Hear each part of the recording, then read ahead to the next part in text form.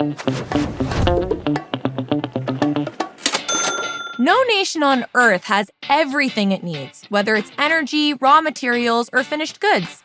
Some might have lots of oil, but not a lot of land to produce cattle. Others might have lots of bananas, but not a lot of lumber. So how does a nation get access to all the various goods and services that it needs? Well, throughout history, one way was war! But war is costly. Another option is to trade for it. Trade? Yes, trade! Trading can lead to a higher quality of life and standard of living for both nations involved, which isn't the case when it comes to war. How? Well, a couple of reasons. Go on. For one, trade boosts productivity through specialization, which allows countries to focus on producing one thing efficiently while trading for other goods they need. For example, the U.S. might specialize in corn, Colombia, bananas. Without trade, both countries would need to produce everything themselves, like fuel and food, making specialization difficult since resources would be spent producing those basic goods. Trade also allows us to benefit from comparative advantage. This is when a country can produce a good or service at a lower opportunity cost than another country. For example, Colombia, with its tropical climate, produces significantly more bananas than the United States, even though it's much smaller. This is because Colombia has a comparative advantage, costing them less time, money, and resources to grow bananas than the U.S. The U.S. could produce bananas, but trading for them is more efficient for the U.S. than producing them themselves.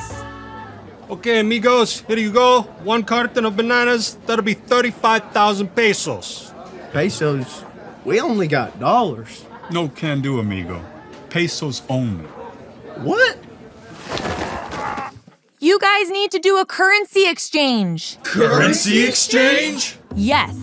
Not all nations use the same currency, so when you trade, you need to consider the foreign exchange rate. This is the relative value between different currencies and how much is needed to exchange one currency for another. For example, $1 US for about 4,400 Colombian pesos. Like prices, exchange rates will fluctuate based on supply and demand, as well as other economic conditions. A country's rate of inflation, its debt, and its economic policies can all contribute to how much a currency is worth. When one currency increases in value compared to another, we say it has strengthened or appreciated. This typically happens when a nation's economy is doing well, since there is more demand for their currency. But when a currency decreases in value compared to another, we say it is weakened or depreciated. This typically happens when a nation's economy isn't doing so well, since there is less demand for their currency. The peso is weak. We can buy a lot of bananas. Who are you calling weak? Wait. Weak doesn't necessarily mean bad, and strong doesn't necessarily mean good. Like anything else, there are trade-offs to having a weak or strong currency. A weak currency can mean relatively cheaper prices for a country's goods or a lower exchange rate for foreign tourists and foreign buyers. However, this could lead to more expensive imports from countries with strong currencies. On the other hand, a strong currency may mean relatively cheaper imports but fewer tourists and foreign buyers of a country's goods. It's also important to remember that weak and strong are relative to each country. What may be considered weak for the U.S. could still be very strong for a developing nation. Come on! The relationship between a nation's imports and exports, known as the trade balance, is closely tied to its exchange rate. When a country exports more than it imports, which is a trade surplus, demand for its goods and services is relatively high. This also means there's a high demand for the nation's currency, which will cause it to appreciate. In 2023, countries like China, Germany, and Russia had significant trade surpluses. On the other hand, when a country imports more than it exports, which is a trade deficit, demand for its goods and services is relatively low. This also means there's a low demand for the nation's currency, which will cause it to depreciate. In 2023, countries with significant trade deficits included the US, United Kingdom, and India. In a dynamic global market, exchange rate fluctuations can influence the trade balance, just as the trade balance can drive changes in exchange rates.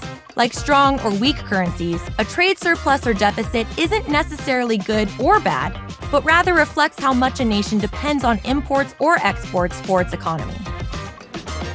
Okay, I'll give you a deal.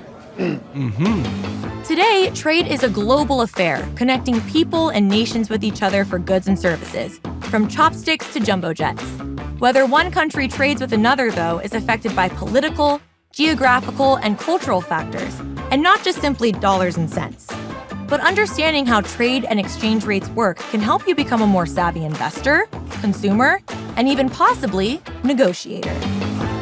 Now can I interest you in some football jerseys? You mean soccer?